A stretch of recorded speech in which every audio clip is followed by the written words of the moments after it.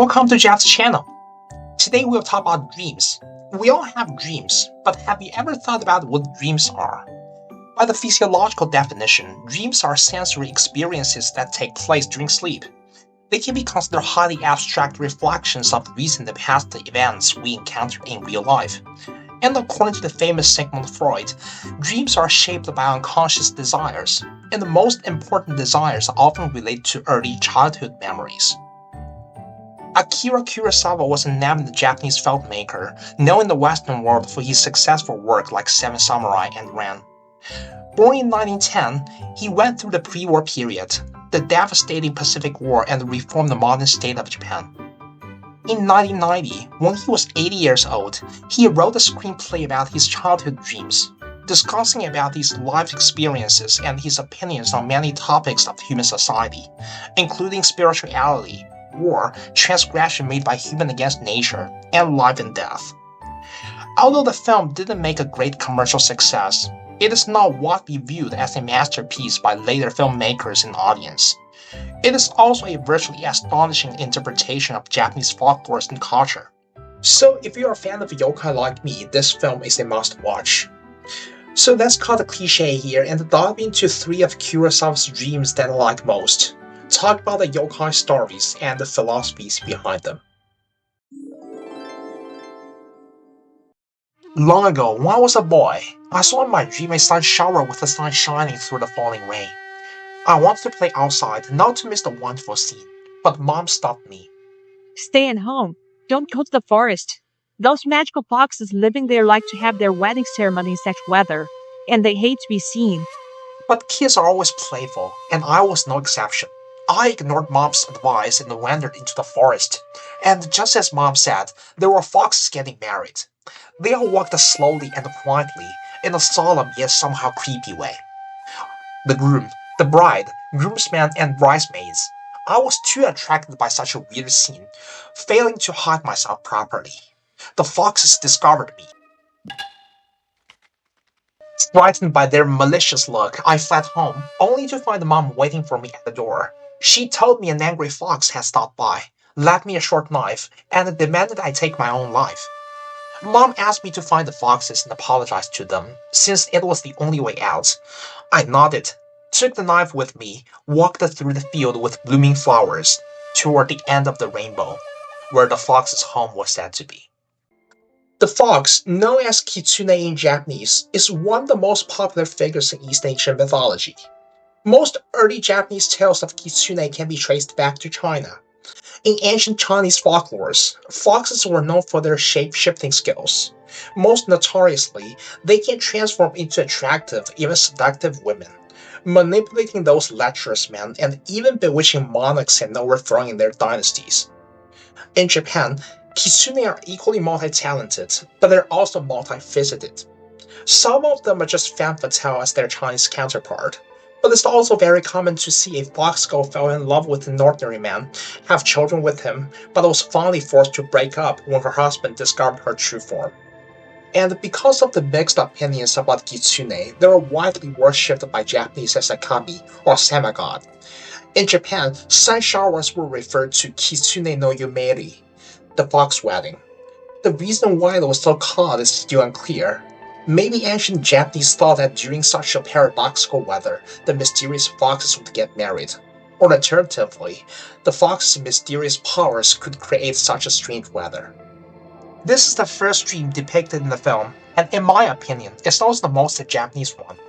The small country shack, the lantern parade, the white wedding gown shiromuku, and the delicate kimono worn by the foxes. Everything was like stepping out of an Edo period ukiyo-e. And for the main idea of this chapter, there could be several different explanations. You may view this story as a fable about the kid's growth and development.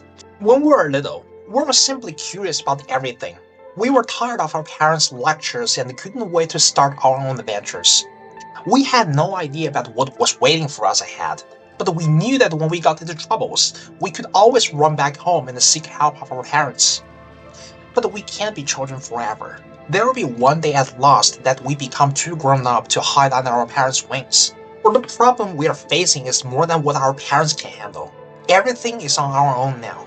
We must find the fox den to settle things up, no matter how far it is and how long we need to travel.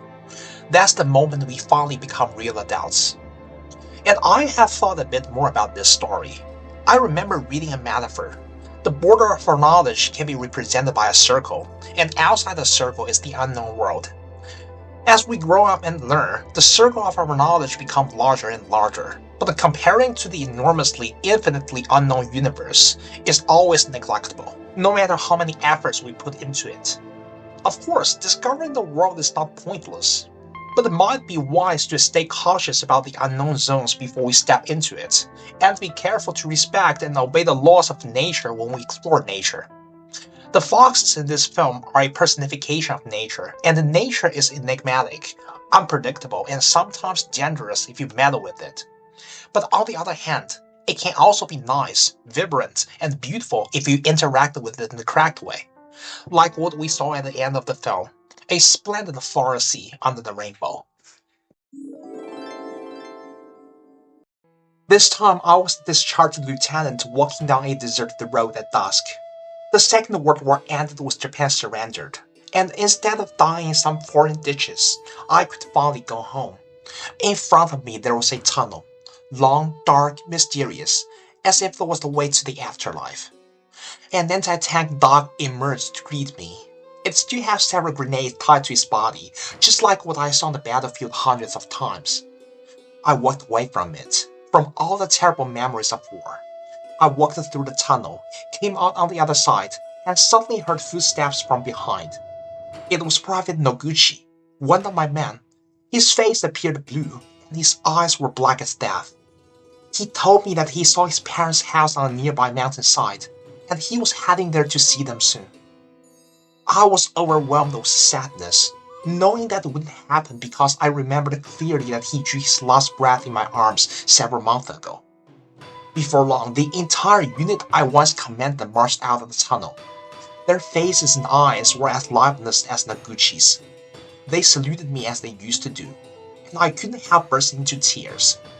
I told them that they all had been killed in action, and they should continue their journey in the world of death. I had never hated myself more than I did now, not just because I had to tell them the cruel truth, but I also felt guilty for sending them into this futile battle.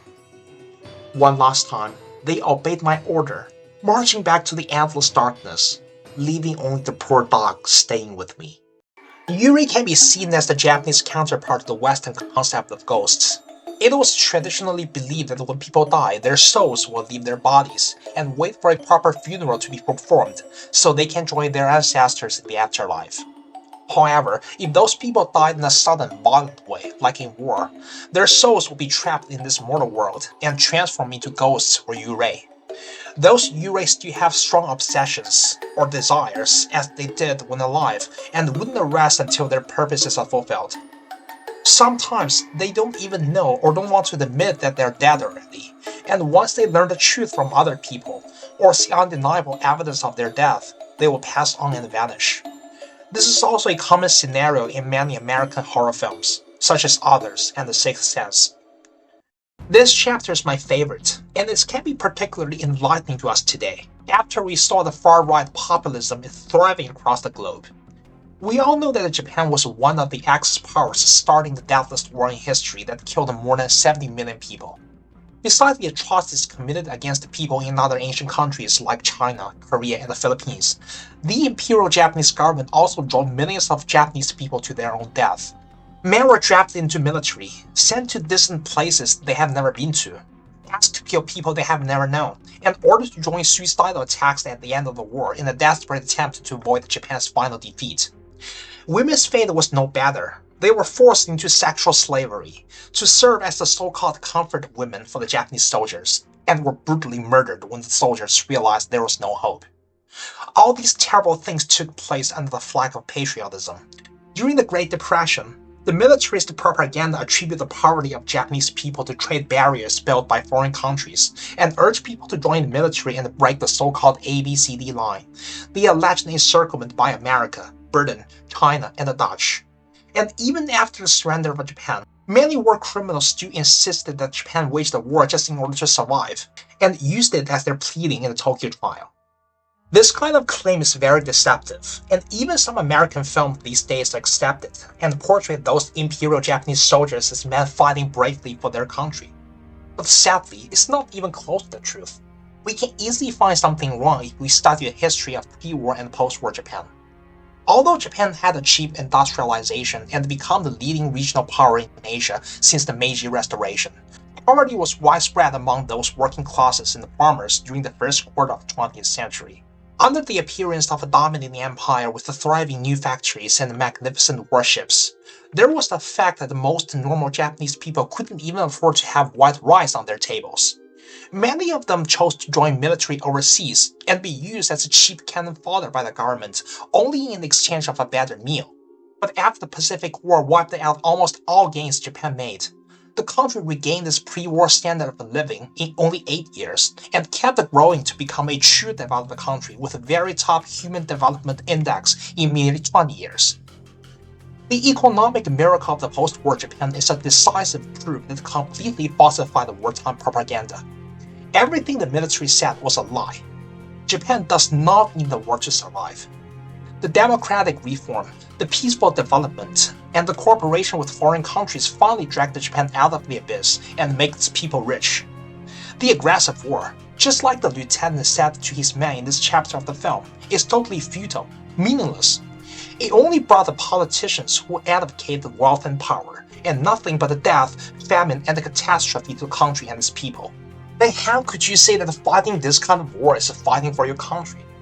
In my opinion, loving your country, your homeland, means do something to make yourself and the people around you live better. It means to defend your and others' peaceful, decent lives against those who want to take them away. So next time when you hear politicians urging you to leave your home and the loved ones, make you live in hell, and then ask you to kill for them and call it fighting for your country, just tell them to fuck off. In this dream, I became a traveler, stopping by a secluded village. A tranquil water flowed through the village, leaving the riverbank exuberant with colorful flowers. Everything was quiet and peaceful, except a group of kids laying flowers on a large stone before they ran away. I saw an elderly man sitting in front of his house, fixing a broken watermill wheel. He told me that the village had no name, and I was surprised to learn that people here decided not to use electricity or any modern technology. They kept nights dark so they could see stars, used cows and horses instead of the tractors to cultivate crops. They enjoyed their nature way of life, thinking people outside were so proud of their inventions and polluted the very heart of the nature. The air, the water, everything was ruined in the name of modern technology. Out of curiosity, I asked the wise man about the stone which the kids put the flowers on. The old man told me that long ago, a traveler died and was buried by the villagers on that spot. Since then, it became a custom to offer flowers there. I suddenly heard music and drums from the other side of the river, and wondered if there was a celebration. The old man smiled. No, on the contrary, it's a funeral. Yes, a nice and happy funeral. A 99-year-old woman passed peacefully, and right in the mourning her death, all villagers celebrated the happy end of her long life. As he had done talking with me, the old man dressed up and joined the parade. And I felt that I was somehow touched deep inside, as I put flowers on the stone before leaving this impressively beautiful paradise. This is not a yokai story, but it's actually more than that. Through the old man, Kurosawa demonstrated his opinions on the conflict between the scientific development and the way of nature. Pretty much like what he tried to say in the dream with the wedding foxes. Well, to be honest, I can't agree completely with his view on modern convenience. The modern technology certainly does much more good than harm to the world. It is true that without city lights, we would see stars better, but no electricity also means we would lose communications with people we care, have no TV to watch or radio to listen to, and we would not be able to get help in critical conditions because no emergency teams or hospitals could operate without electricity. It is also a traditional belief that people can live long, healthy lives if they simply follow the ancient way and stay away from a modern society, because modern society brings air pollution and stress, blah blah blah. But sadly, it's probably just a myth. In 1900, the global life expectancy was only 32 years, And with the development of modern medical science, most people can easily hit the mark of 75 or more today. Of course, it is wrong to ignore our ecology and environment when pursuing technological advancements, but abandoning all achievement and going back to the prehistoric times is also cynical and a radical view that is even more unreasonable, and going to extreme is never a useful solution. Instead, society needs to find a balance between modernization and nature conservation, and likewise, each of us, as individuals, need to adapt to the fast-paced society without losing inner peace of mind. Besides the utopian village, people celebrating death at the end of the film is another impressive scene to me. I remember reading the work of Zhuangzi, an ancient Chinese philosopher who lived more than 2,000 years ago. A famous story about him is that after his wife passed away, he didn't cry or even feel sad at all.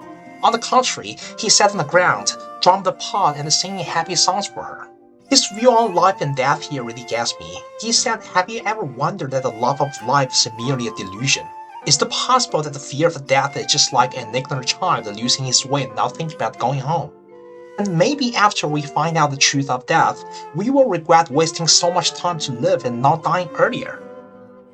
Well, you may argue that these statements were a bit nihilistic.